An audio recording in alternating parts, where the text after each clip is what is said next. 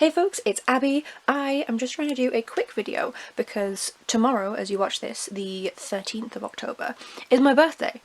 And I did not have anything pre-planned. So, we are doing a mid-month Gothtober update. These are the 6 books that I have finished so far.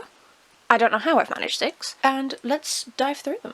British by Afua Hirsch is a non-fiction all about racial identity and belonging in the UK. I found this really interesting. I will say my one negative, the only negative, is that I do wish that there had been a little more of a focus on gender and how that has an impact, because of course one of the most marginalised communities is black women. Regardless, very much enjoyed this one. This one fits for the prompt of BIPOC representation. A Discworld Phantom of the Opera retelling with the witches of Nanny Ogg and Granny Weatherwax. I'm sorry, but did you expect me not to love this? This was fantastic. I had such a great time. I am blasting my way through the Discworld books and having a wonderful time doing it. This is a lot of fun, very silly, obviously as always, but with a lot of topical discussions. I just adore these books so much, more and more as I read more of the Discworld. I did wonder whether this one was going to work for inanimate object with sentience, but unfortunately the luggage was not in here, so it did not count. Rude.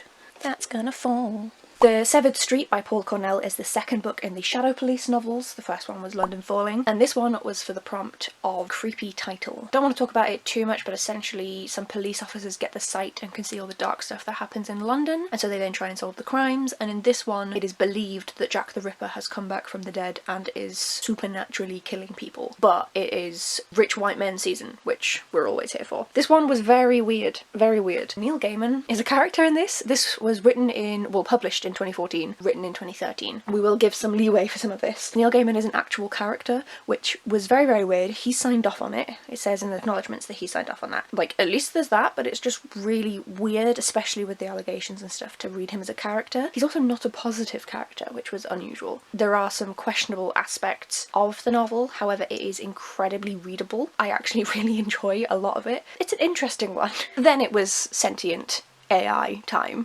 I had to read All Systems Red by Martha Wells, the first book in the Murderbot Diaries. This is reread number 5 or 6, I don't know. Obviously it's a very short little book, it's like 150 pages, but I've read this so many times, I love it so much. It is a security AI unit that has broken its security protocols and so actually has full control over itself, and it chooses to help the humans that it's been assigned to, and everything goes from there. I adore this series so much. As soon as I'm out of my book buying ban, I'm going to be buying at least the next book in the series, if not a few after, because I read these so quickly. I adore them to within an inch of my own life.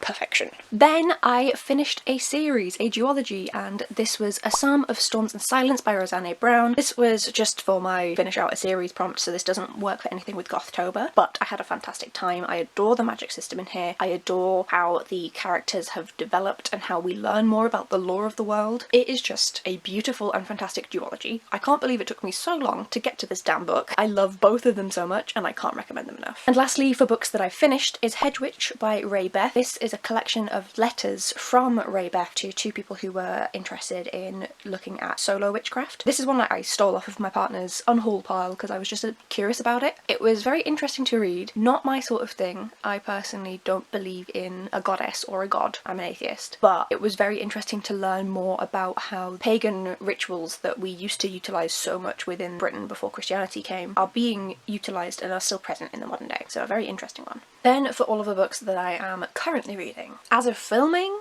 I haven't started reading this one. The Killer on the Wall by Emma Kavanagh. It is a... This doesn't want to stand up. It is a thriller that is set in the northeast, the wall being Hadrian's Wall, and I'm very excited to start it. I only finished one of my other books last night, Hedge Witch, so as of filming, this will be read later on today. So hopefully it's good. Sticking with the mystery murder thriller in the northeast, I am reading Holy Island by L.J.R.R, buddy reading it with the wonderful Carrie from Caring for Books. We are just reading 1 chapter a day, not including the prologue and the epilogue. There are 30 chapters, so we're making it work for 31 days. We are slowly making our way through this.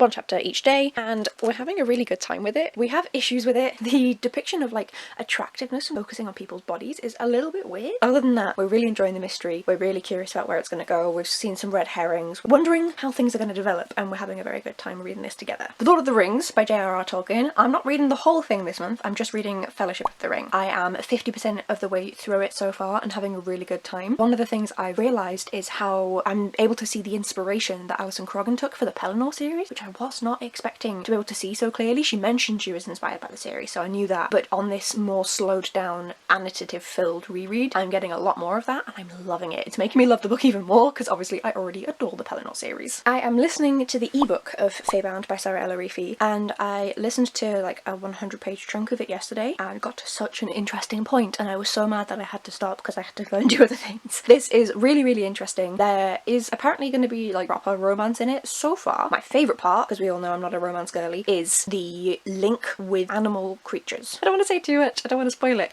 but that's just happened at like 150 pages, and oh, I'm so intrigued. I need to know more. I adore Saara El-Arifi's writing. Very excited to finally be reading Faebound. And despite not being a romance girly, I'm reading a romance. Look, leave me alone. This is Swordcrossed by Freya Marske, and I am really, really enjoying this one actually. It like reads itself. Like, I don't understand how. I'm just flying through it. I don't even have to try. I'm vibing with it so much. A young rich man has to hire a quote-unquote best man for his wedding, but what it actually is a swordsman who can then fight for his honour because someone is going to try and say that they shouldn't get married, and that's the tradition in this world. It's really intriguing to see like the political side of things as well as this romance. I care less about the mild spice. It's like a single chili pepper with how people rate it would be my thing. I'm not a fan of it, but like I'm just absolutely having a fun time with this one and enjoying myself. And then to close it out, there's just 2 books that I haven't yet started this month. Triflers Need Not Apply by Camilla. This one I am going to be picking up once I finished reading Swordcrossed, so I don't imagine it'll be too far in the future. This woman just keeps killing men. Seems perfect. And on Monday the 14th, me and Olivia from Olivia's Catastrophe will be diving back in to A Tale of Two Cities. We have, I think, 11 or 12 chapters left, and we'll be reading 1 a day, so we're going to absolutely fly through this, and I'm really, really excited to finish this off and then have this whole bind-up of 4 books be finished. As I said, down below in the description will be Tish, Olivia and Hannah, who are co-hosting Gothtober, so you should go and check all of them out. They are doing live streams across the month as well if you are interested. I am going to go and enjoy my 28th birthday.